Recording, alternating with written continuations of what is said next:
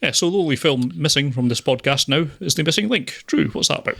Yes, this was sort of part of the reason we decided to do this, because I'd somehow missed Missing Link coming out last year. It's only like a film I hadn't seen. I was going to say, I have no recollection of this appearing at all.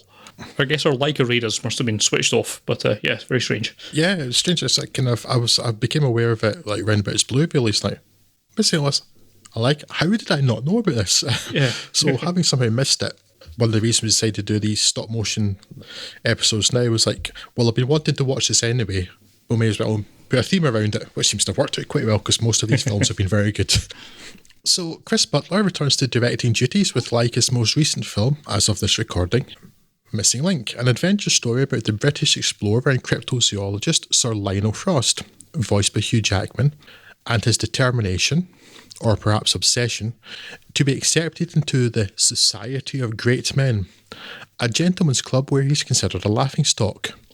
Chief among his detractors is Lord Pickett Dunsany, Stephen Fry, a traditional Victorian adventurer. You know that description is doing a lot of work. An all-round bounder and rotten egg, what? After yet another blundered expedition, in which Sir Lionel finds the Loch Ness Monster but fails to return with even a shred of proof, he discovers a hitherto overlooked letter, urging him to visit Washington State in the US and encounter a Sasquatch. This he duly does, and finds a, and indeed the only, Sasquatch, soon to be known as Mr. Link. Mr. Link turns out to have been the writer of the letter, and contacted Sir Lionel in order to engage his help in finding the home of the Yetis, his biological cousins and the only kin he has left. Sir Lionel agrees, and the two set off for the Himalayas, along with Sir Lionel's old flame Adelina Forthright. Things are complicated, though, by their pursuit by a hitman called Willard Stenck, who has been hired by Lord Pickett Dunsany to ensure that Sir Lionel fails in his quest. It's quite unthinkable that this missing link can exist, as we are descended from great men, not great apes. But, best just to be sure, wouldn't want any inconvenient or embarrassing truth being proven, what? Leica have only produced 5 features, but Missing Link keeps up their impressive hit rate, with their only misstep thus far being the box trolls. It's a lighter film than what has gone before, both in terms of tone, see Coraline, and themes, Kubo and the Two Strings, but there's still some heart and substance in there, with themes of friendship and independence amongst others.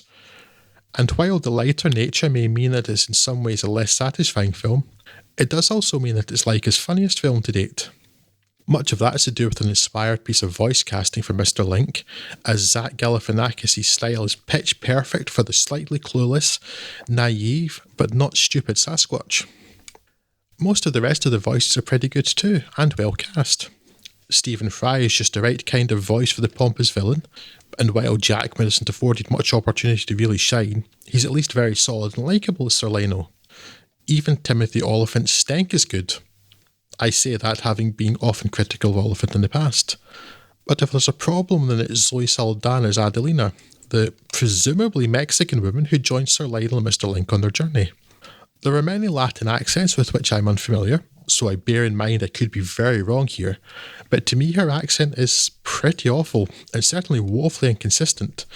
And the reports that her accent took 2.5 years to get right leave me considering that 2.5 years ill spent. Of course, the visuals are king here, and in that regard there was no disappointment, with the animation looking as wonderful and ambitious as you might expect. Actually, Leica's animations and compositions are now so smooth and so polished that at times they feel like they've lost a bit of the character and, well, jerkiness that gives stop-motion animation its charms. Yeah. You're too good, folks. Dial it back a bit.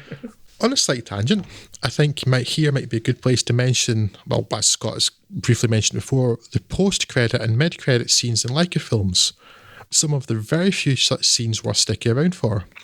Coraline's dancing mist mice, Paranorman's puppet construction, the meta, self-deprecating conversation between Richard Ayoade and Nick Frost characters in the box trolls, Kubo and the Two Strings 3-metre-high skeleton torso, and here, another time-lapse showing the animation and composition of the large elephant model as it heads towards the mountains. Putting important story points in your credits deserves a slap. Putting scenes that increase your appreciation of filmmaker skills? that deserves a clap.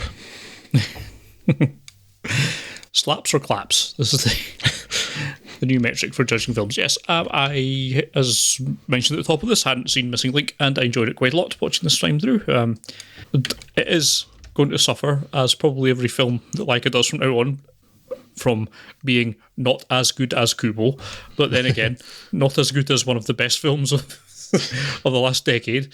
It does not mean that it is a bad film. It certainly isn't. It was very enjoyable, as you say. Lots of quite great performances, and nice to see Leica branching out story-wise, I guess you could say, rather than just the character stuff. As I think we try to get across, none of these films look really like each other the way that, say, Aardman films do.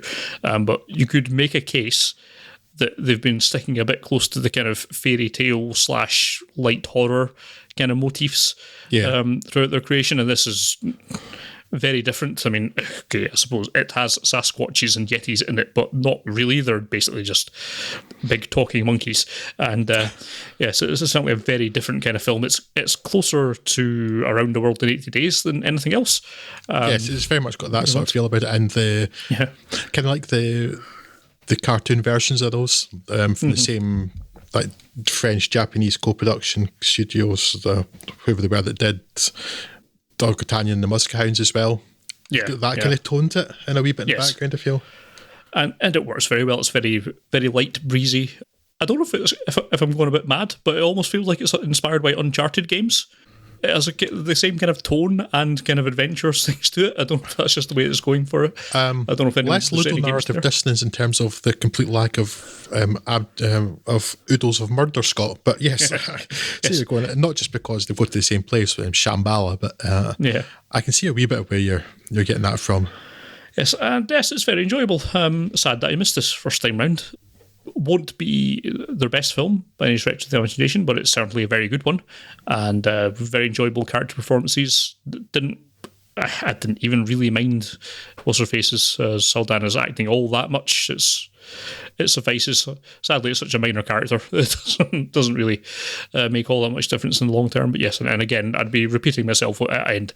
But yes, just another terrific technical achievement on what they're doing with this. It's perhaps not the same kind of jump, film on film improvement from Kubo, because Kubo was so great. And as you say, it is almost getting to the point where they're so good now that it's becoming like a actual 3D animated CGI film. They've managed to make stop motion look as good as could possibly be done by computer animation. That's very weird to think, but yes, still looks really good to me. Yeah. Yes, it's not. Certainly, there are points like when they actually get to Shambhala.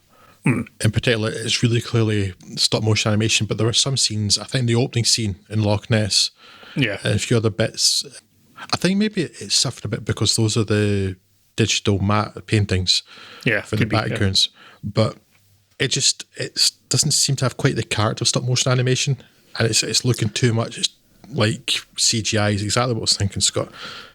And that's disappointing. Again, it's just because they've gotten too good at it. Yes. It's again, too good with their subtle movements, the animation, so it looks like less of that slight.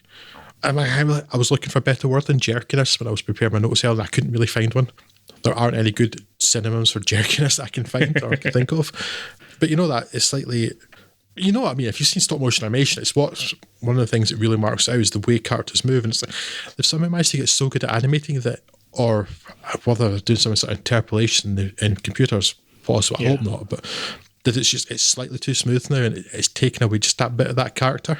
Yeah. And that's a bit disappointing, because I think you need to leave a bit of that character in, and just so like in the back of your mind, you're aware that it's stop motion.